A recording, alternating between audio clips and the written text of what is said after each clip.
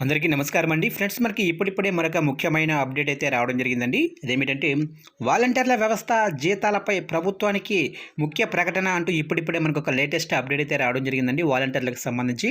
అయితే ఇందుకు సంబంధించిన పూర్తి వివరాలు అయితే మన వీడియోలో తెలుసుకుందామండి. వీడియో మాత్రం ఎక్కడా స్కిప్ చేయకుండా చూడండి ఫ్రెండ్స్, అప్పుడే మనకి పూర్తి సమాచారం అయితే తెలుస్తుంది.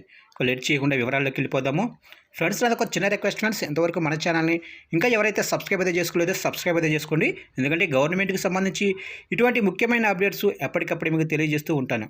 ఇక లేట్ చేయకుండా టాపిక్లోకి వెళ్ళిపోదాము. ఇక ఏపీలో వాలంటీర్ల వ్యవహారం ఇంకా కొలిక్కి రాలేదు. జగన్ ప్రభుత్వంలో కీలకంగా పనిచేసిన వాలంటీర్లను ఇక ప్రస్తుత ప్రభుత్వం ప్రక్కన పెట్టింది. ఇక 3 నెలలుగా వేచి చూస్తున్న వాలంటీర్లు ఇప్పుడు తమ కార్యాచరణ ప్రకటించారు. ఇక ప్రభుత్వానికి అల్టిమేటం జారీ చేశారు. దీంతో ఇప్పుడు వాలంటీర్ల వ్యవహారం ఏపీలో కొత్త టర్ను తీసుకుంది. ఇక వాలంటీర్లు నిరసన ప్రారంభించారు. తమకు ఉద్యోగ భద్రత కల్పించాలని డిమాండ్ చేశారు. ప్రభుత్వం ఏర్పడి 100 రోజులైనా 2.60 లక్షల మంది వాలంటీర్ల పరిస్థితి గందరగోళంగా మారిందంటూ ఆవేదన వ్యక్తం చేశారు. వచ్చే మంత్రివర్గ సమావేశంలోపు తమకు న్యాయం చేస్తూ నిర్ణయం తీసుకోవాలని కోరారు. లేకుంటే ముఖ్యమంత్రి క్యాంపు కార్యాలయం ముట్టడిస్తామని, ఈ నెల 26 నుంచి అక్టోబర్ 2 వరకు శాంతియుతంగా ఆందోళన చేస్తామని ప్రకటించారు. రాష్ట్రంలోని పలు ప్రాంతాల్లో వాలంటీర్లు నిరసనకు దిగారు. విశాఖలో తమను విధుల్లోకి తీసుకోవాలంటూ వాలంటీర్లు ఆందోళన చేశారు. కలెక్టరేట్ వరకు ర్యాలీ నిర్వహించారు. కలెక్టర్కు వినతిపత్రం కూడా సమర్పించారు.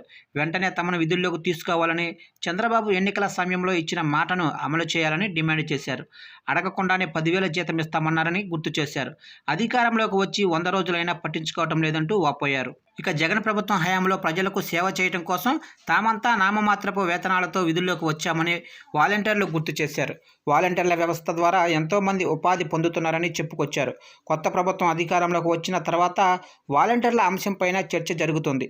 తాజాగా జరిగిన మంత్రివర్గ సమావేశంలోనూ వాలంటీర్లు సచివాలయాలను ప్రభుత్వం సేవలకు అనుగుణంగా ఎలా వినియోగించుకోవాలనే దానిపై చర్చ కూడా జరిగింది. దీనిపై పూర్తి నివేదిక ఇవ్వాలని ప్రభుత్వం ఆదేశించింది. వాలంటీర్లు తమకు వేతనాలు కూడా అందటం లేదని వాపోతున్నారు.